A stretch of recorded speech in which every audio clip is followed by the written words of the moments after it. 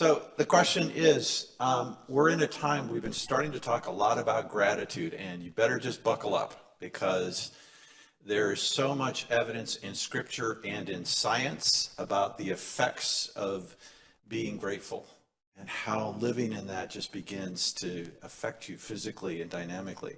And I really believe that title from last week about a grateful heart is a magnet for miracles. That because, it goes way back to an old philosopher who said that gratitude is not only the chief of virtues, but it's the parent of all the others.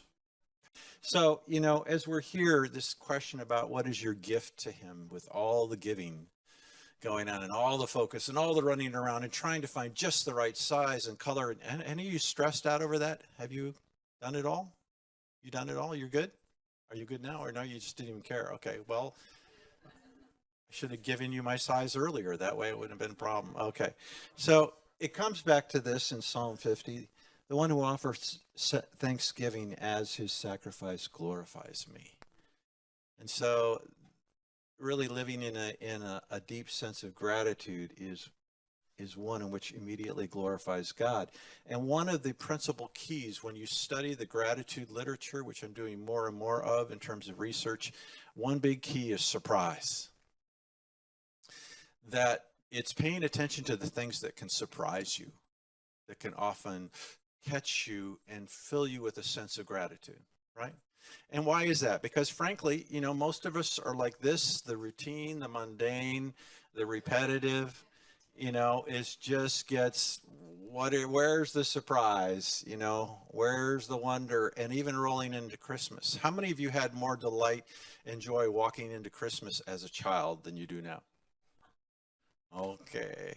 Yeah. Okay. So what happened? What happened? Right? It wasn't Santa. Yeah. And just even the thing, but it's always a good time to celebrate Jesus. But the issue of finding the joy again and the wonder in the midst of it. So I'm going to run through some things pretty quick here. Are you okay with that? The reason I'm going to do that is because I've tagged some people to get it prime the pump and have them come up and talk a little bit about how God has surprised them and what it's done. So I want to get to that. But meanwhile, let's just bring this back around. Some of this, they'll be new for you. Others, this is old hat. So this is from a study that was done by Pew Research in there. They asked people, do you celebrate Christmas? And 96% of U.S. Christians said yes, which is interesting. Where are the other 4%? I guess they figure like maybe it's sacrilege. That's okay. Well, no, but Christian. I don't usually, JW would not put themselves in that category. No, they'd say they're, just the way it goes. 81% of U.S. non-Christians celebrate it. Okay. I love this. 87% of atheists, agnostics, and nothing in particular celebrate it. Okay, yeah. 76% of Asian American Buddhists.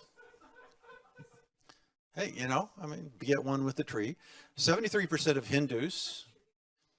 32%, 1/3 of Jews in the U.S. have a Christmas tree in their house. Yeah, some call it a Hanukkah bush, right? Although, for me, I probably told you that, right? I had Jewish friends, and I was always jealous because of Hanukkah, because they had all those nights, 8 days. They were getting a present every day, and I'm like, dude, that is so unfair, Anyway, so early on, that God gave me a longing of something about the Jewish culture in there was there. 2/3 of Christians say that Christmas is mostly a religious holiday, while most non-Christians see the holiday as more of a cultural event than a religious occasion. Yeah? Okay. So the question is just kind of this: what are we celebrating anyway? Right? As a nation, what are these people celebrating in Christmas? Well, the reality is it's supposed to be based here, right? In the birth of Yeshua HaMashiach. And that is plenty of grounds for a celebration. Agreed? Don't need anything else, just a celebration. That's a great reason for a party. Well, of course, if you do that, then you want to get family and friends. And so there's that part of it. And then, of course, there's the giving of gifts because, of course, Jesus got gifts from the Magi and so forth, and you want to celebrate that. And then, of course, we put a worship context in that. And all of that's good, but the problem is in the middle of that, he sometimes just disappears. And like many things, God can be pulled out from something and all the older structures just stay in place. And so the question about what's in the center of that becomes a real issue. And for some, it's just to something like this, old St. Nick. The problem is, most of us as we get older begin to see old St. Nick less like this and more like this. And many of you have kids that sometimes like this. Is this all there is? Right? Okay. Just kind of the way it is. So just want to set that with all of that, how well are we looking at what the core of this is about Jesus? And again, I'm going to go through this quickly, but first a context. There we go, clicking a little bit slowly. There's things true in the natural and things true in the spirit. Agreed? And those dimensions interconnect, but they can move in different ways. And so this guy's walking this way, but meanwhile, there's a battle going on in the spirit, right? And we just talked about the angelic, and part of the reality is that there are angels dispatched to help us in the battle. Can't necessarily see them in the natural except if they are assigned and told to manifest, but otherwise their presence is still tangible. And so we contrast back and forth between the natural and in the spirit. And in the natural, it was indeed silent, holy night, all is calm, all is bright. Sort of. Okay? Because in reality, in the spirit, this is what it is. Okay? This is called a halo drop. Halo stands for high altitude, low opening. Okay, it's when they deploy insertion troops typically, or persons down, and they come out of the plane at 30,000 feet or so, often even at night, and then they just fall through, okay? And they got a free fall for quite a while. You fall at terminal velocity, 120 miles an hour this way, you can get up to 200 this way. But you got to get farther down. If you open up too early, it'll shred the suit. You've got to make sure you've got oxygen on, because otherwise you will pass out and die, okay? But when you get down there, they deploy at the low opening, and they get down then through the radar and can be undetected. And that's really what Jesus was all about, right? High altitude, because he was the King of Kings, right? Captain of the heavenly hosts, Lion of the tribe of Judah, the Alpha and the Omega, the beginning and end, all those things true, correct? Okay. So there was a halo drop, high altitude, very high altitude, low opening. And then in the natural, it's just another story of a baby born in the backwoods of the Middle East, right? They were born all the time back there. Well, not, okay? That really wasn't the event. The event is more like this. In the spirit, it was an invasion. Think of D-Day, right? D-Day, which turned the tide of the war because it said, we're putting a foothold here and nothing will ever be the same. And so they were dropped behind enemy lines, and Jesus was as well. And why? Because bottom line, it's a rescue mission. Yeah? Okay. And in the movie Saving Private Ryan, how many of you seen that? There's this caption that in the last great invasion of the last great war, the greatest danger was saving one. Right? Because they were in there to save one. And that is such an amazing caption of what Jesus was about in the last great invasion of the last great war. Okay? The greatest danger was saving one. And of course, it was this guy, right? Matt Damon, Private Ryan. But the reality is that we always have to go back when we look at Christmas, that halo drop behind enemy lines, that invasion, that rescue mission was for us, each and every one of us, right? And the idea being that you are not forgotten. And so much of Christmas will just blow past that. And so many people will commit suicide or attempt suicide because they're so depressed because they feel completely forgotten. Yeah? And we've taken off in the core out, and we've got the presents, and we've got the family, and we've got the celebration maybe, but what's at the core? And then are we really clear about what was done? And so that making sense? Okay. And then how do we know it's an invasion? Well, it's pretty simple, because there was a massive counterattack that's detailed in Matthew 2. Then Herod, when he saw that he was deceived by the wise men, was exceedingly angry, and he sent forth and put to death all male children who were in Bethlehem and all its districts from 2 years old and under, according to the time which he had determined from the wise men. Then was fulfilled what was spoken by Jeremiah the prophet, saying, a voice was heard in Ramah, lamentation, weeping, and great mourning, Rachel weeping for her children, refusing to be comforted because they are no more. Right? In the spirit, hunting Jesus down already, and then sending specific troops. In the natural, just another baby in a very inconvenient time. Well, or maybe not, right? Because we know that it was just at the right time. And so we go into this and we connect again with who Jesus was. In the beginning was the Word, and the Word was with God, and the Word was God. He was in the beginning with God. All things, say all things. All things were made through him, and without him nothing, say nothing, was made that was made. In him was life, and the life was the light of men. The light shines in the darkness, and the darkness did not overcome it, and the Word became flesh. Yeah? But we don't do well at capturing the immensity of that in the baby Jesus, do we? So you've seen this before. The only comparison that I could really come up with had to do with space. Okay, that is roughly the size of the sun and the earth in comparison to it. You getting a comparative point? Okay, got it. So way, way out in space, there's something that are called neutron stars. Here's a comparison of the size. Actually, that's bigger dot than I should have put on there. It would be about maybe 1/100th of that size, okay? A neutron star might be the size of a large city in the United States. Good so far? Okay. Now, that one neutron star, though, is almost 1.5 times the mass, the weight of the sun, okay? It's 617 light years from us. That would take our fastest spaceship 11 million years to get to it. The magnetic field is tens of millions times stronger than ours. And here's what's fun. 1 teaspoon of the sun, if you could go and get it and bring it back, would weigh 4.4 pounds. Okay? That's pretty heavy, right? Okay. How about a neutron star? You ready for this one? A neutron star, 1 teaspoon would equal 1 billion tons.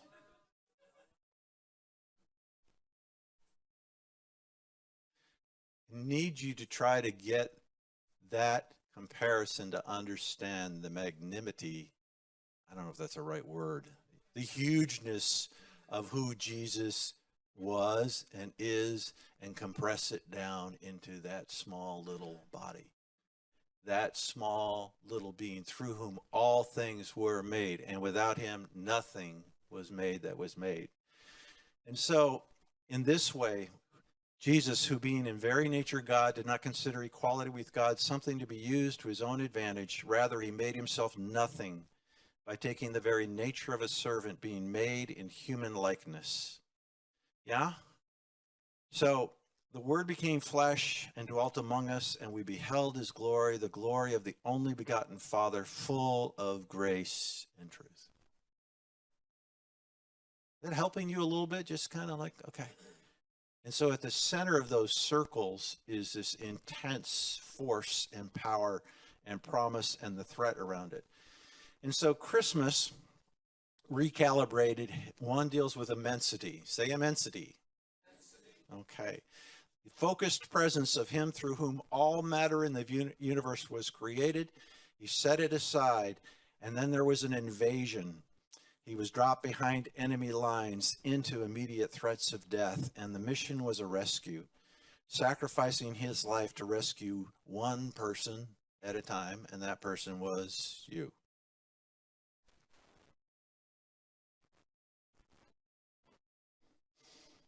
As a kid, it was always confusing to me why Christmas came late in the year when the crucifixion and resurrection was early.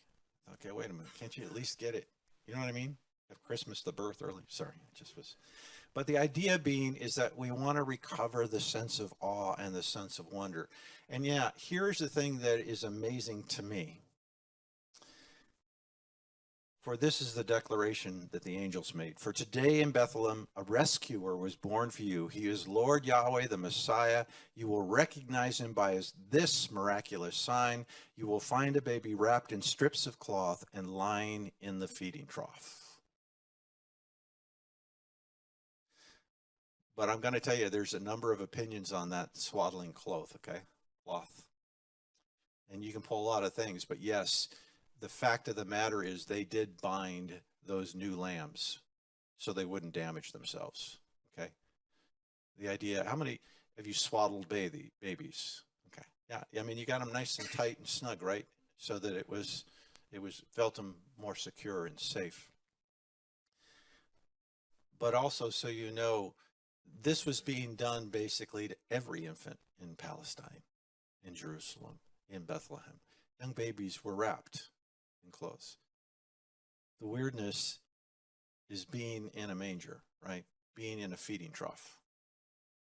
And I didn't put the slides in here, but to me, if we were going to try to tell that in current context, well, let me ask you the question. A stable is to an inn what a hotel is to a parking garage. Yeah, good. Okay. And how about this? So then a donkey then is what today would be equivalent? Yeah, I think probably more a pickup truck, right?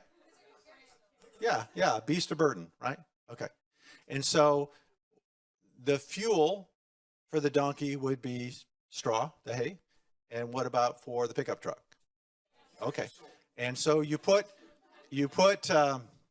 straw in a manger, right? A feeding trough. So what would be the equivalent of that today? A gas can, right? So think of a 55-gallon drum, slice it in half on the long ways, right? And turn it over. That would be the equivalent. Just so are you getting the connections? Could very well make us one of those. Okay. So do you understand why what the angels say here, a baby wrapped in strips of cloth and lying in a feeding trough? I mean, step back and think about why on earth was that a wonder? I mean, okay, and maybe that thing with the Passover lambs, there was a parallel there. Maybe those shepherds got it, maybe they didn't. But why was that a wonder? I think in this reason, because it was a miraculous sign, because it was so doggone commonplace. When you're sending the King of Kings into the earth, what do you expect his habitat to be like? And when it's not, is that not a sign and a wonder? You're like, signs and wonders are things that just catch us off guard. We go, what? Right? No, you tracking? Okay. And what I find that very interesting about is how much are we missing the signs and wonders because they're so common. And what's interesting, if we stop long enough with the really common stuff and look, usually we'll see the miraculous. Okay. But let me just give you a couple other links for things of amazement, right? Because of course someone's going to be amazed at signs and wonders, right? When Jesus heals somebody, walks on the water, okay. But I just want to show some other areas here. And they were amazed at his teaching, for his message was with authority. There was a wonder in the people that there was a common thing here. He was teaching, but there was a level of authority. It's got that oomph in it, right? You can feel it. In fact, you usually know when you're hearing someone speak whether they have authority or not. Hello? Yes? Could be very eloquent teachers, but not have the authority there. There's something missing in there. How about this one? At this point, his disciples came and they were amazed that he'd been speaking with a woman. Jesus could amaze a lot of people sometimes for very normal things. Okay. But again, common kind of thing, right? But what was uncommon about it? He was talking with a woman. You're not supposed to do that in public. You get the amazement there. And then how about this? That Jesus was amazed. Now, when Jesus heard the soldier, so back it up. Soldier comes, says, I need you to heal my servant. Jesus says, I'll come with you. He says, no, you don't need to. I get authority. I tell one man, go, and he goes. I tell another, come, and he comes. You just say the word, and my servant will be healed. And Jesus heard this. He marveled at him. He was amazed at him and turned and said to the crowd that was following him, I say to you, not even in Israel have I found such great faith. Here's what's amazing. Here's what's amazing. I'm talking. Wouldn't you like to amaze Jesus? Would you like to just, wow, right? I think we can. And what happens when we're around this, then in turn, we become so different. Now, the Sanhedrin, as they observed the confidence of Peter and John and understood that they were uneducated and untrained men, they were amazed and began to recognize them as having been with Jesus. Tracking? Okay, I'm going to keep going. You good? Say yes. Okay, good.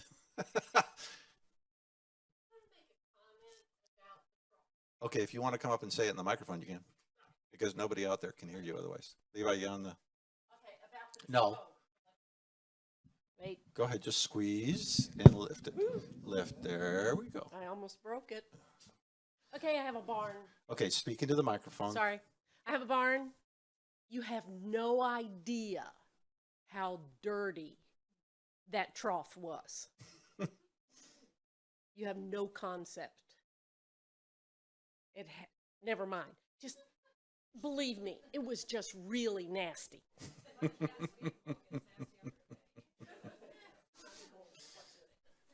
Okay, fortunately, I don't have a slide for that. Say thank you. Okay, there you go.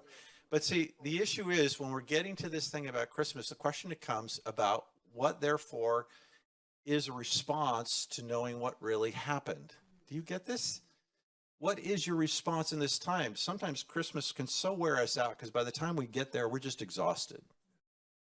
We just want to crash because it's like, okay, all this pressure, all this stuff going on. And do we think we even need a response to him in the midst of Christmas? See, a lot of people would have more of a response maybe around Easter and stuff, thinking, okay, it really requires, is there something about even in this time? You know, the shepherds showed up to bring honor. The three magi came later, but they brought gifts. What's the response? And is there more necessary than just the fact, well, I believe that's true, right? Because we go back to James and he says, you believe that there is one God, you do well, yet even the demons believe and tremble. Pure cognitive awareness isn't there, right? It's not enough. He goes on to say, don't you know, O foolish man or woman, that faith without works is dead? And there will be so many people who will flood into a church who will sing little praises like Silent Night, right? And that's all nice, but there's no connection. There's no relationship. There's no understanding that he came to die, but there is a contingency factor, and that is, am I living with him in me or not? Paul reminds us, you are not your own. You were bought at a price, therefore honor God with your bodies. Amen. You know? So it's a time for us to go, okay, how are you really living in me? Jesus, you came, you have all that might and strength. Paul says, it is no longer I who lives, but Christ who lives in me. And the life I live by faith in the Son of God, right? Is he really living in us? This is a time when it's just the question. He came, he did all that, dropped behind enemy lines, and you know the rest of the story, but the question is, what is he here? It's all about him, it's not about me, right? It's just, I told you bits and pieces about what I pray daily, and when I go to put on the armor of God, I put on the belt of truth, the truth that it's all about you, it's not about me. You are the hero of the story, and I belong to you. It is no longer I who lives, but Christ who lives in me. I have exchanged my life for his. Yeah, it's just the case. Many will say to me on that day, Lord, Lord, did we not?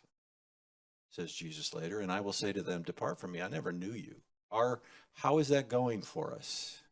How are we connecting in the midst of the parties and in the midst of the gifts and everything else? And because of that, God says, look, and I'm giving you all these signs. I've given you this sign, even in this very common thing. But we need to respond to the signs, or he will give other signs. This is another one of the big ones many people know, Habakkuk 1. Look among the nations and watch. Be utterly astounded, for I will do a work in your days which you will not believe, though it were told you. And you remember what this sign is, right? He's sending a brutal army against Israel. Okay? So it's just time. And this question, are we paying attention? Are you paying attention now? Can you hear me now? Okay, just checking. A key message in Christmas is that these need not be big to what we're paying attention or dramatic, but if we attend to them, God will shock us. Okay? He will stun us. So, can we see I am in everything? Can you see him in something like this? Can you regain your fascination with what he gives? Are you attending to even the birds that are out there around you? We have a lot of cardinals here. To their majesty and their beauty. And, you know, Kim and I have a phrase often, it's like, what was God thinking on, and it's usually for something that we see, avocado day, you know, or ostrich day, because they're just so strange. You know, why'd you make that big pit in there, right? What was God thinking when he made? We also do that about a number of you, but we won't go by names. What were you thinking, God? How about this? Do you know what that is? It's an ice bubble. It's an ice bubble. You can, you know how you blow bubbles?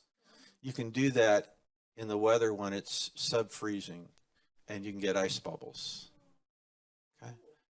Can we attend to the beauty in nature when it's something like this? You may not see ice bubbles, but we all see these. Can we be overwhelmed when something is incredibly majestic and vast, but can we also then be just drawn into the unique and the momentary? Can you take a moment and really smell that croissant and look at the texture in it and be amazed? Because all things were made through him. Without him, nothing was made. Can we take delight in people that are just frankly funny or different? Can we rediscover surprise so God can meet us there? Do you get that? And all this comes back to when we catch and have that moment, then our hearts like expand in the presence of great beauty and fascination with it. There's even the most unspiritual person, a guy named Jacob Needleman says, it's like your heart expands and you realize that you are more than just a mortal. That there's something bigger and greater. And that happens in the presence of great and stunning beauty if we'll notice it, but it also happens in the presence of great sadness and sorrow. Okay? There's a reason why people, often around a gravesite, some of them don't want to get anywhere close to it, but there's a sense of thinking because suddenly they become aware there's more. Yeah? And out of that, when that catches, it gets us out of the boredom, and it can be a momentary glance. It can be the way someone looks. It can be the smell of the coffee when you just slow down enough to actually smell it rather than swallow it. How many of you drink coffee in the morning? Okay. How many of you just kind of try to down that? Do we have any mainliners here? You're just down to a syringe now. Oh, yeah. Sometimes it's the little things if we'll pay attention to them. So what I wanted to do is I asked a few folks, I just said, just come up with a time when God in this last year has surprised you and just reflect on that. Sharon, come on. And I did tell them 3 to 5 minutes. Thank so, you. know. You thought I was tall. I like that. Oh, sorry. Yeah. I like thinking I'm tall. This has been a year, boy. Whew. It's been an interesting year. But one of the things that really, I've been in a purging year. And I decided everything in my house has got to go. Everything that's not nailed down has got to go. And so in my purging, I just spent like a few days going through things, and I found an old box that I didn't even know was there. And I had been praying for the last few days before that. And this is what God it kind of really shocked me. Shock and awe was the word. And I found this one little note, piece of paper. And it was a note I took, and the date is 9/5/2000. That's just before I came to Georgia. And was a chapel service, and the Lord spoke some, I don't have a clue who was speaking, what they were saying. I have no idea. But this is what the Lord said. He gave me a word, and I started reading this, and I thought, my mind, my natural mind was like, I don't remember any of this, but it's my writing. You know, I thought I must have been there. You know, I think it was me. And I started to, and the first thing it said is, receive ye the spirit of uncompromise. And before I even got to receive ye, I was just weeping. And I said, God, I don't remember any of this. And he said, your spirit knows it. And I said, okay. So I kept reading, and I went through, and this word is so powerful. And I thought, how can I not remember? But I literally just sat there and shook and cried and said, oh, God. And I'm going to give you just the small gist of it. This thing is all over my face. There you go. And it said, basically, he said, there is a spirit of uncompromise, and that you can receive it. I'm giving it to you as a gift. When you were talking earlier about the gifts, he said, you can receive this. This will give you the strength that you need to stand, the peace to endure, and the power to overcome. He goes, there is a spirit, receive it this day, because I've given it to you as a gift. And he went on to tell me what this would be, you know, what this would help me through, this, that, and the other, and the things to come. And I'm thinking, okay. And I said, okay. And he started to I said, God, I don't understand why you're showing me this now. You know, this is 21 years ago. And here I find this note just laying in a box somewhere. And he said, and he flashed on me, to me, all the people, all these faces of all these people that I knew who were sitting in the same room at the same time that this word was given. And then he showed me kind of flashing where, because I know where they are today. I know where they are and what they're doing. And I thought, okay. And I said, why are you showing me this now? And he said, because you received that. And it was like I was transported back, and I saw myself going, if you want me to have that, I want that. And I reached up and I went, I want that. If you want me to have it, I want it. I take it. It's mine. I don't know what I'm going to do with it, but I want it. And I remember I saw myself going like this. And I thought, okay. And that was then nothing. And then he started showing me all these situations through the last 21 years that have happened in my life, where those things, where I had a whole group of people telling me, oh, you should do this. You really need to, just come on, you need to do this. You need to go here. And I'm like, no, I'm not going to do that. No. And I was the only one standing there going, no. And the Lord told me, he said, that spirit of uncompromise gave you what you needed to do what I called you to do. And I said, but Lord, all these other people didn't. These were people that were in the same place I was. What happened? And he said, where you're going, they're not going there. He said, that place is tight, it's narrow, and they're not going where I've called you to go. Now, I know none of y'all have ever felt that, have you? Nobody here's ever known that, right? Yeah, we're all going there, guys. But he said that right there is what's caused you to have the power, the strength to endure all these things and to come out. And he said, you know what? I said, oh, okay. And I realized, I said, wow, I was shocked. I said, God, I'm shocked. I'm so shocked. I mean, I'm just like, I never knew. I didn't even know that I had this. And you know what he said? I knew exactly what you needed. Now, you see, this is what he said tonight.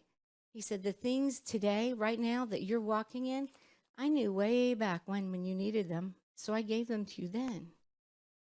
And for all of us, for all of you, for everybody's watching, he knows exactly what you need. And he said, I will provide everything you need.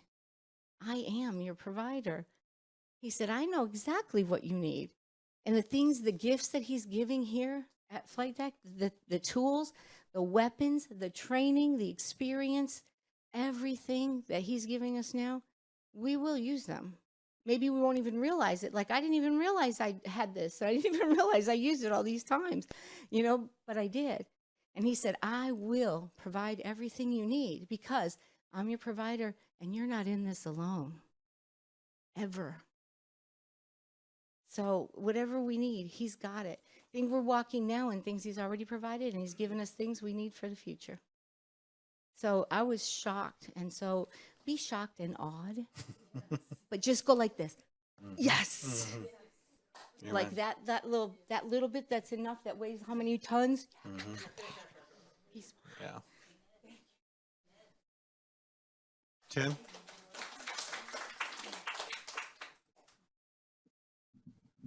I would wear my coat up here, but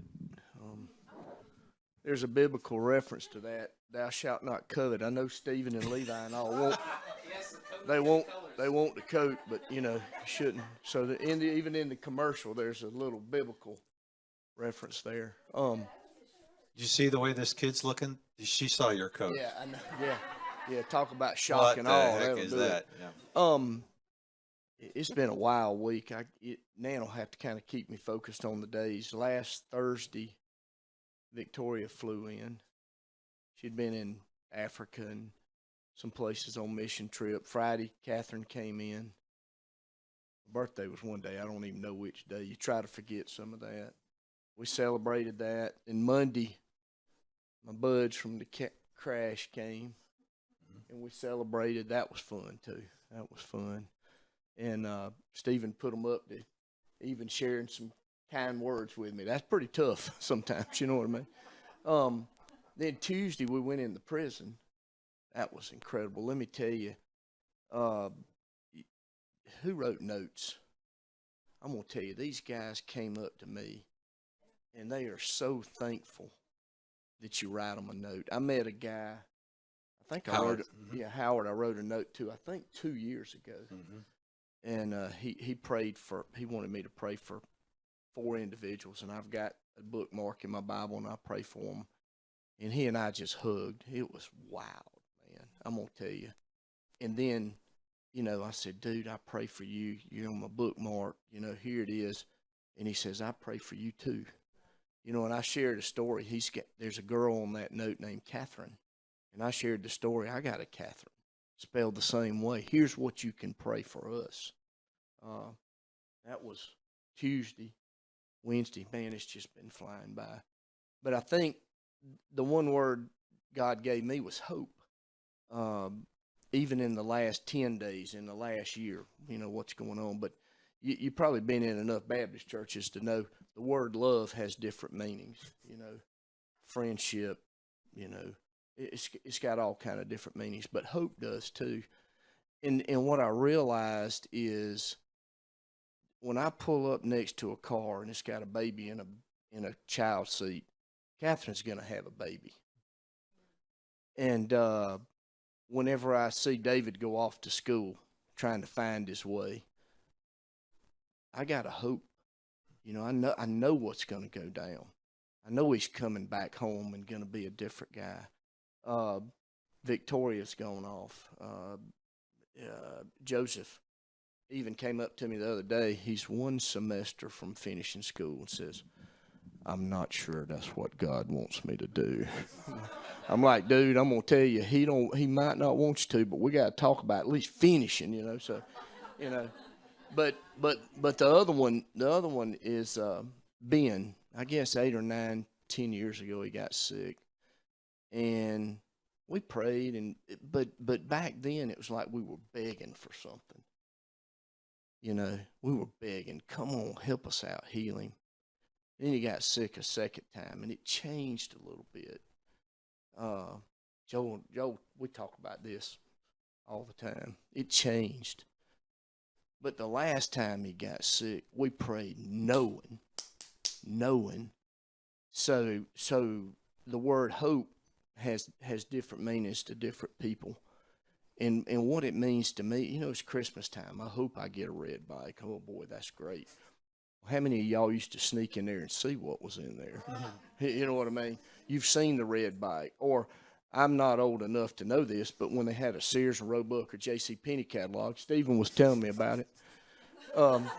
When you asked for something in there, it had the measurements in case they shipped it. Well, my mom was big about wrapping presents, putting them under a tree early.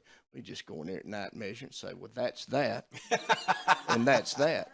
But here's the point: is there's a hope on the earthly realm, but then there's a hope in the heavenly realm. That's a knowledge. It's a knowledge something's going to happen.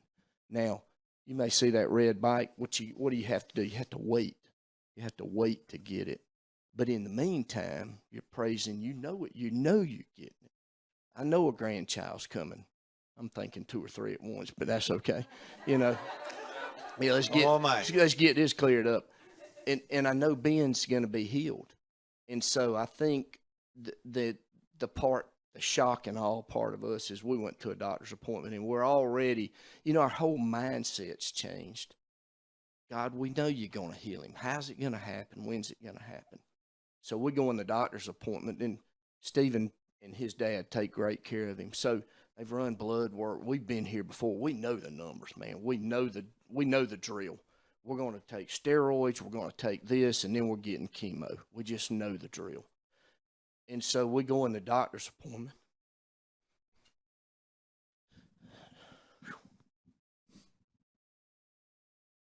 And they look at us and say, dude, the numbers are crazy good. They're good. And so we look at him and say, what's the treatment plan? And they say, well, no chemo. No chemo. And we'd been there twice before, and we just assumed we were going there again. So we came out of there just incredible. And a lot of y'all sharing it because you pray for him as well. But I think the key is because of Christ dropping behind those enemy lines, we got a hope, and it's a knowledge. It's not I wish, I hope, I want to beg. That's not who he is. And that's what's changed in our lives over the period of 10 years or whatever. But again, so that's the word is hope. And get those swaddling clothes ready.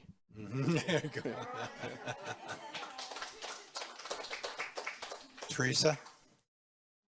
My papers, just so I don't trail off. I can talk. Just drop the mic a little bit.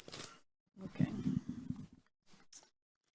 The small things was kind of what I got from what Stephen asked us, and I see so many miracles in our life so continuously that I just was asking God to sum it up somehow. These miracles upon miracles upon miracles we've just been seeing over the last few years. It doesn't mean our life is cushy. It just means we see miracles.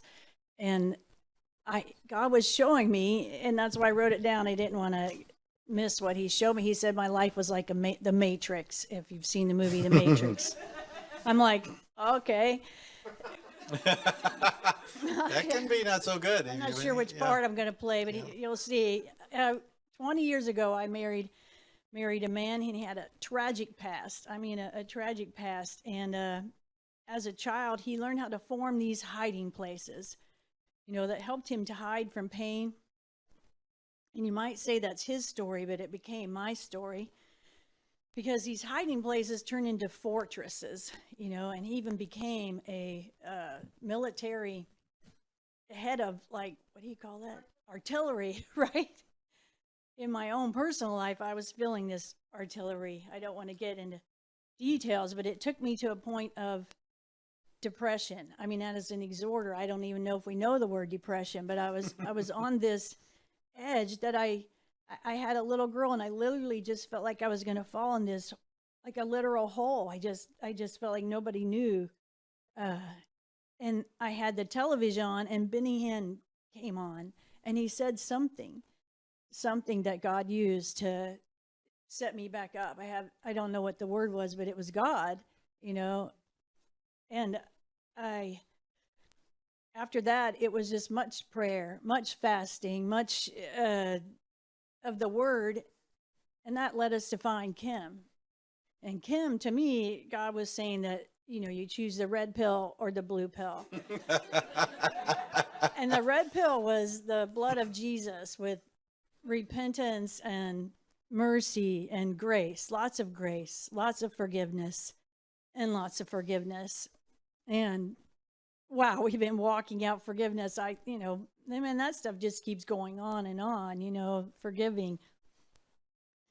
So as I saw that, I mean, it's as if I'm Neil, you know, and I was staying with this person, and I'm like, I know this can come down. God gave me this picture of my husband, and with this, you know, his hand in like a smoking jacket. You know, I don't know if you ever seen Cary Grant, but I got a picture of that long ago before I even knew I could see in the spirit, and I just hung on to that and hung on to that, and the Matrix has just been.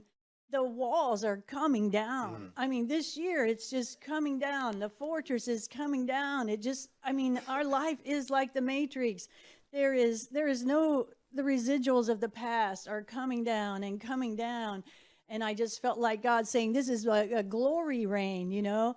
And I feel like, you know, someone might say, well, you know, that's you. Well, you know, who am I? I came from a household that we didn't have indoor plumbing. I had an outhouse. I had a Marine for a father. It was pretty survival from the get-go when I come out of the womb. And then it was a survival when I joined up with someone. So now it's into thriving though with God. But if he can use somebody from a small town with no indoor plumbing, I mean, I don't even know if that exists anymore, but you know, he can do that for anyone with any problem. And so, Lord, I just pray that this rain that he showed me today, it was just like the Matrix wall with it just coming down, that it could come down in your heart. And he wants it to rain into your heart and turn that heart of stone into a heart of flesh, that he can mold it. And I just bless you all in the name of Jesus with that. Amen. Amen. Hugh just arrived in from driving down from how long? 6, 8 hours? 10 hours? 12 hours? Okay. Come on. Okay. I've got a couple of things. First of all, I think it's Proverbs 33:4 that says it's better to ask forgiveness than permission. So I'm going to. Lauren's already shaking her head. Okay. Yeah. I can't even remember exactly the date, but this was a surprise. This is not within the last year, but it gets to within this last year. And this is the main thing I want to share, and I may not get to the other stuff, which may be a lot more spectacular, at least to me. But, okay, a lot of you know my wife and Lauren's mother passed 2.5 years ago. And the year after that, we were kind of shocked, under the same roof, just having a lot of trouble getting directions together. And Lauren was at a time when she really needed a lot of direction, and we tried a lot of things, and nothing seemed to just, everything kind of fell flat. And one day, a dear friend of ours called, well, actually, I got a text on the phone early in the morning, way before I woke up. I woke up, looked at the text, and it basically said, hey, I'm going to take my son, one of her 4 sons, and somebody who's very close to Lauren, up to visit a school in South Carolina where all the other brothers have gone. We're familiar with the outcome of the school, don't know a dang thing about it. And would Lauren like to come up and send them off, basically? And this is a Friday, I guess it was. So it took a lot of work on all of our parts to even get the incentive to do it. So, but at 2 o'clock, she was in the car, headed up there. And I thought, okay, overnight, send him off. She's probably not going to see him for a long time. It makes sense. And that's the end of it. And this lady's sort of a surrogate mother, so I figured at least there'll be that. I'm not a very good surrogate mother.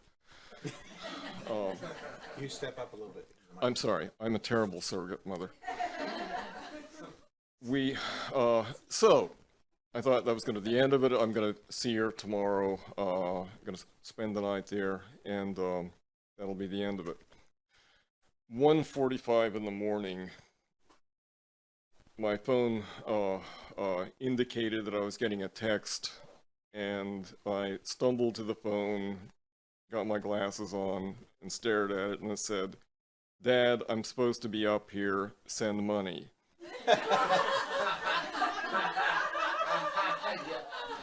Because the deadline for registration is in about 6 hours. So I called around a lot, very fast. We actually found the money, wired it up there, or made some arrangement for it, and it was done. And so she's been up there for the last, I don't know, how long? Good. Yeah, at any rate, and that was all well and Time's good. up. Thanks.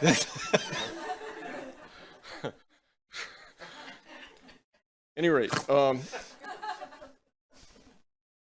the end of the story, though, is the shock and awe came a couple weeks ago when I was driving her back up there after visiting for Thanksgiving. Really, the reason she came down here is because she's got a new... My son Jonathan has a very cute baby, and she had to come and hold it. It was a force of nature that had to be reckoned with, so I made the concession to it. At any rate, we were talking on the way up there, and I realized I was dealing with a completely different individual. I was dealing with somebody who had matured, she'd grown up, and basically the Lord just kind of said to me, she's grown up, she's an adult now, you're no longer in that, you're no longer responsible for her, I am, basically. And she's at that place. And that was a shock. I could have fallen over. Fortunately, she was driving, I think, at the time. And that was just one of those things that sneaks up on you. I can leave it at that. Am I out of time? Yeah, just, and so it shocked you, but is there any response to God in that? Yeah, huge amount of gratefulness. Relief, too, but mostly gratefulness. Amen. Good. Also, 30 seconds of another thing. A lot of you know, for the last 10 years, I've been working on something that's very baffling to me, but at any rate, I've invented something that I've been working on for a very long time. Don't really understand it, but it works.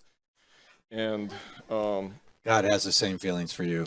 I understand that. But we were always building things that would work on some level, but the necessary proof amounted to a well-equipped lab with no strings.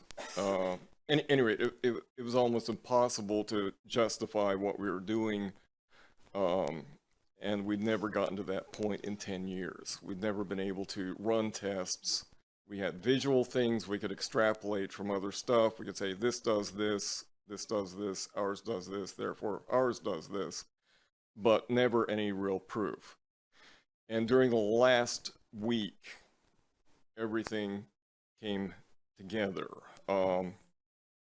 Basically, I received I called up an old friend who, he's a scientist, just to say that, okay, we built this really small thing that's supposed to power a jet ski, but it's a really crummy jet ski thruster, but it produces a lot of this stuff that we're trying to turn into water purification and a bunch of other stuff.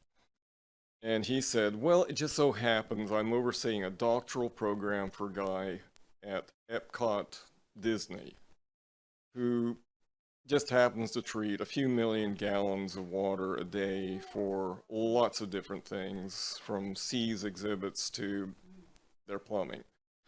And this guy is working on a project. Okay, that was on a Thursday. On Tuesday, I had an appointment to go down with him. Really strangely, I ended up meeting Jerry Hardis, which is one of the friends here, down there. And I really needed somebody to be with me because it was just nuts.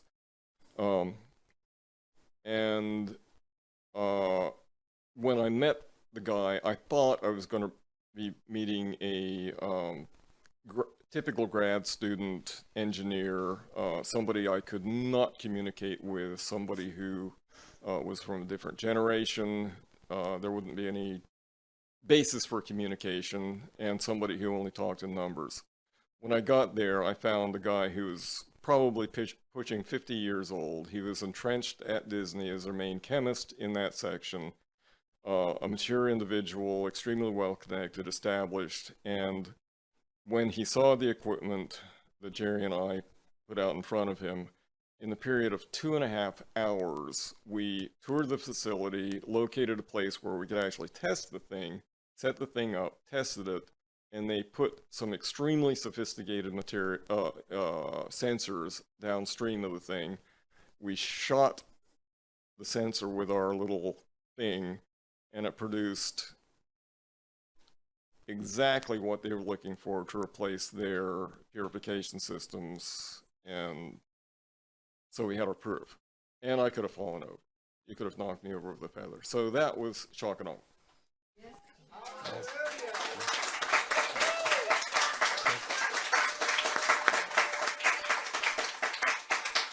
But that one was a whole lot better. Yep. Longer term, longer investment. A lot more moving parts too. Kay Henry? I'm not real sure. Thank you now. I'm so excited that he asked me to share, because I've had so many things happen this year. I can't even tell you most of them. I've written them down, but the three that stood out got all changed. And I had asked the Holy Spirit before I got here, I said, okay, you're supposed to give me the words that I'm supposed to say, and that'll be just dandy. So I have a list, and my list started with the leaves and the doctor coming over to my house, and what was that middle thing? My mom. So after tonight, when everybody started talking about the moms and Teresa, and you shared that with us, and it was so beautiful.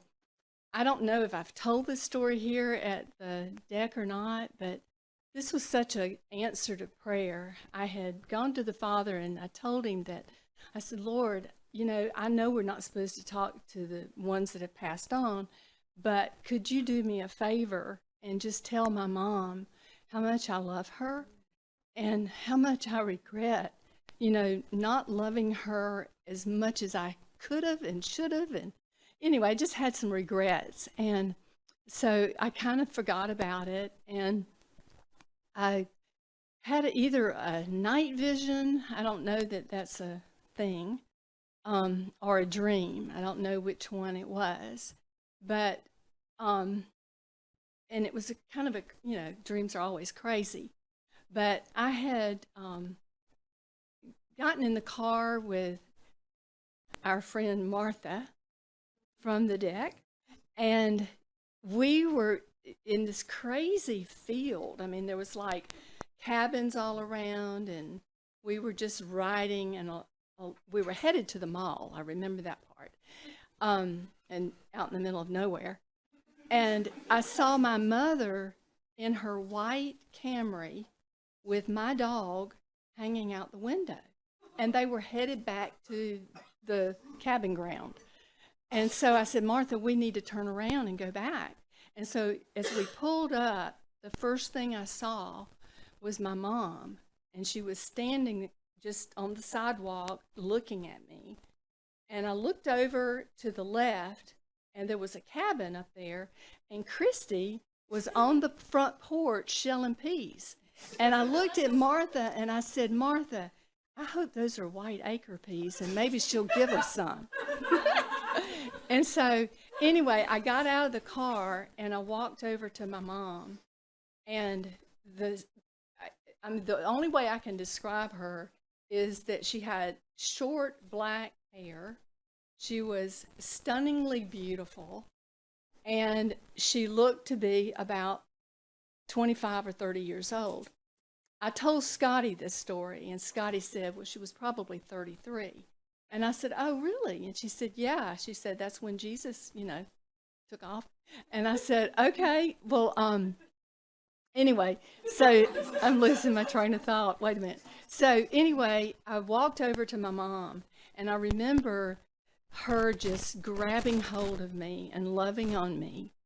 And there's absolutely no way I can describe that feeling. I mean, it's just such a, and I can feel it right now, just that mother that God wanted me to see, that everything was okay and that she was there, that it was, I don't know how you say that, like a heavenly host. She had been allowed to come back to just show me that she was okay with me. So that's the one thing that I wanted to share. And then the other thing, and these are just things that God does just because he loves us so much, that he wants to just do things for us. And so that was that took my breath away, my mom. Now this one, it was just the goodness of God. I mean, he's just so cool like this. But I was planning on a party. This just happened a week ago. And I was planning a party on Friday. And I have these Japanese maples in my yard, and they were just blood red and beautiful, and the leaves were on them. And I started looking at them, and I thought, they're falling. Oh, Lord, please let these stay on the tree until my friends get over. And yeah, you wanted to look good, right? And so anyway, they started falling, and I was like, oh my gosh. And they were just like really coming off. And so I was like, okay. So by Wednesday, they had pretty much come off. And I had looked at one of my plants, and it looked like ornaments. They were red, and they were kind of like all over it. And so I was in my house, and this was Wednesday morning, and I get a phone call, and it was a very heart-wrenching phone call. And so I just said, Lord, this is you. This is you. You've just got to take care of this. I can't. I'm trusting you, and you're everything. And so I walked out to my sun porch, and I looked out my window. You got that up there? There it is. Yeah. And so I looked out my window, and this is what God had left me. All the leaves, except for those few, had fallen off. But if you look at the camellia, it looks like ornaments on it. And then this little bench right there, it was just like a perfect layer of leaves. And I said, Lord, my heart is broken. And he said, mine is too. So, but I think I have one more.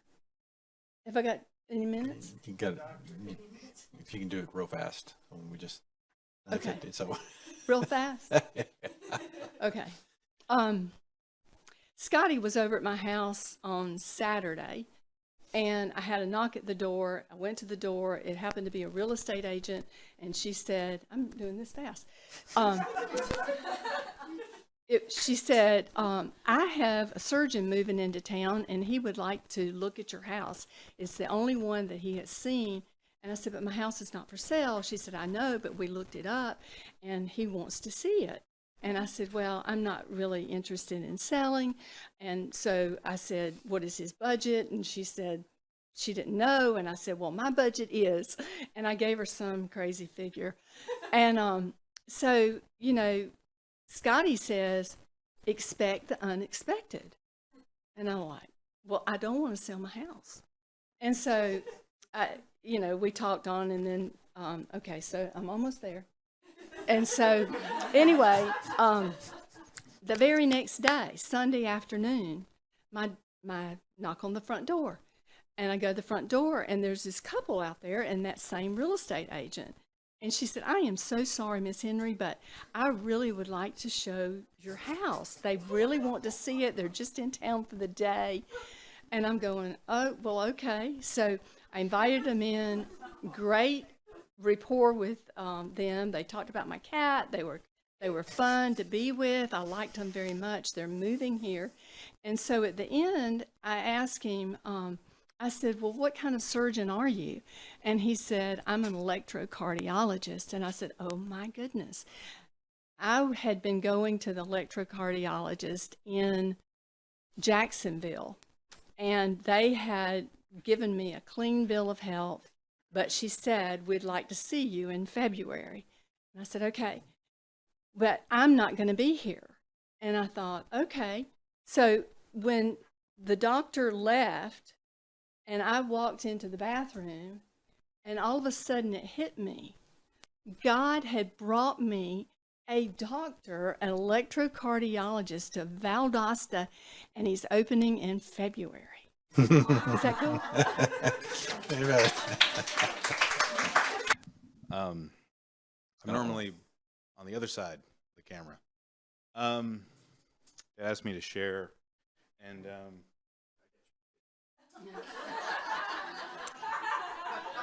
Be afraid. Be very, very afraid.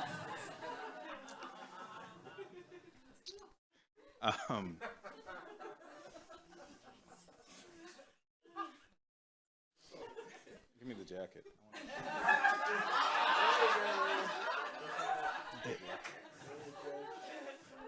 It's quite a fashion statement. This is what I am grateful for this year. This is, Can you turn the volume down on that thing? It's a little loud. Ever since I was young, I have seen the world like a movie. It's just the way I view things. I view snippets in stories. And ever since I was young, that has been criticized by the world. I've been in school. My friends, my teachers, my professors have said, Levi, the world is not a movie. Levi, the world is not a fairy tale. Over this past year, I've learned more and more how big of a lie that was. The big thing this year that kind of really blew my socks off as far as what God did was the level of provision and the level of grace that he has so given me, yes, but more so my family. A lot of y'all have been here to see that. My parents have both of them have a unique hole in each of their hearts. It's the shape of a dog, in case you didn't know. Years ago, we had a little West Island Terrier that was absolutely adorable, and we loved him, and the Holy Spirit moved all over him. Literally, he would be here and love on everybody. When he passed, it was hard on each of us. And then we got a cat. My mom got so desperate for a dog, we got a cat, and we love her to death. But there was still that dog. We love that cat so much. I adore her. But there was still that dog-shaped hole in each of their hearts, and it just so happened to work out through some friends that all of a sudden one day, another little tiny Westie puppy shows up on the doorstep. We have photos of Dad's face. Totally shocked. And that was just the beginning, right? Mom and Dad do a lot of work here with the ministry, and it takes a toll. and they do a really good job at not necessarily talking a lot about that, I think, but it does. And I think you all see that, and they put a lot of time and energy into stuff. So much so that instead of spending money to fix the ovens that have been broke for 4 years, they're going to use it somewhere else. Well, God responded this year and gave them brand new ovens, right? God responded this year, and I don't remember if the washer and dryer was this year or some other year, but it was last year. Golly. And then the big one was like the cars, right? My mom had been driving that same Chrysler Pacifica for God knows how long. It had been held together with nothing but duct tape and baling wire, thanks to him. But there always was another need, and there always was something else, and yet God saw it fit to provide. And they now have a beautiful Subaru sitting in the garage, thanks to y'all, but mainly thanks to him. And I sat right there when that gift was presented. Sat where Tim is sitting right now. You can gaze upon his glory. And I just remember being totally in awe. Yes, of all of you and the kindness and love that you would show to these two people that I just call, hey, you, Mom, Dad. But also to him,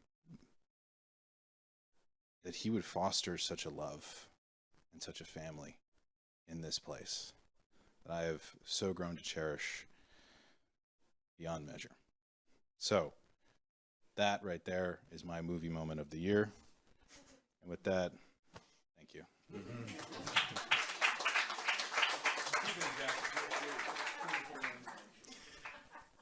Okay, well, you guys all took a lot longer than 3 to 5 minutes, but that's okay, right? Yeah. Well, you're getting a flavor, right? We could have everybody up here at the mic, and you would have stories. But it's interesting how at the beginning, Rebecca started out with little snippets of things that had happened. And I want to make sure you're attending to those, because the big things, yeah, you got to embrace and go, Lord, thank you. It really is your gift to him. And when we were in the prison this week, and it can take your breath away sometimes. But what we went back to them with is, okay, so what on Christmas can be rough or not? If you're thinking about what you lost, it's going to be really rough. If you think about what you've been given through Jesus, and that everything here is temporary compared to what you've got ahead of you. And so what will your gift be to him? What will you thank him for? How will you stay connected to him? Because, he's done so much. And just, again, Christmas is about a halo drop, right? It is about what he left, what he gave up, and all that immenseness and then coming down. And then it is about, don't dismiss the ordinary.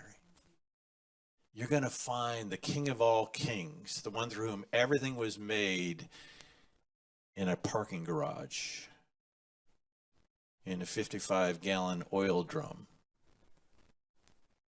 and wrapped in cloth. What? There's something about that I think God wants to engage with us. And just to recall and remember that he is present, he is waiting, and if you're attending, you will be shocked. And because of that, a grateful heart will arise. Make sense? So in the midst of the stuff with Christmas, I just encourage you to let him shock you, okay? He really is looking to delight. And I think when we respond, I think it delights him. Okay? I think there's a way he can be delighted. Many of you have kids, and you know how if your kid just turns and just gives this sincere thank you, or just loves on you, how he just, just catches you. Okay? See that happens. Father, thank you for the words of testimony here. You are so good. You are so good. Jesus, thank you for the halo drop that you invaded behind enemy lines. It is a rescue mission, and we are the target. And Lord, for anyone who's watching this, who hasn't exchanged their life for yours, Lord, let it be, because everything here is temporary. Everything is temporary. Life next is what goes on and on. We love you. We honor you, King of Kings, Lord of Lords, Emmanuel, God with us. You are God from God, light from light, true God from true God, begotten, not made, of one being with the Father. And for us in our salvation, you came down from heaven, incarnate by the Virgin Mary, and born a baby. We celebrate and we honor you, Jesus. Amen.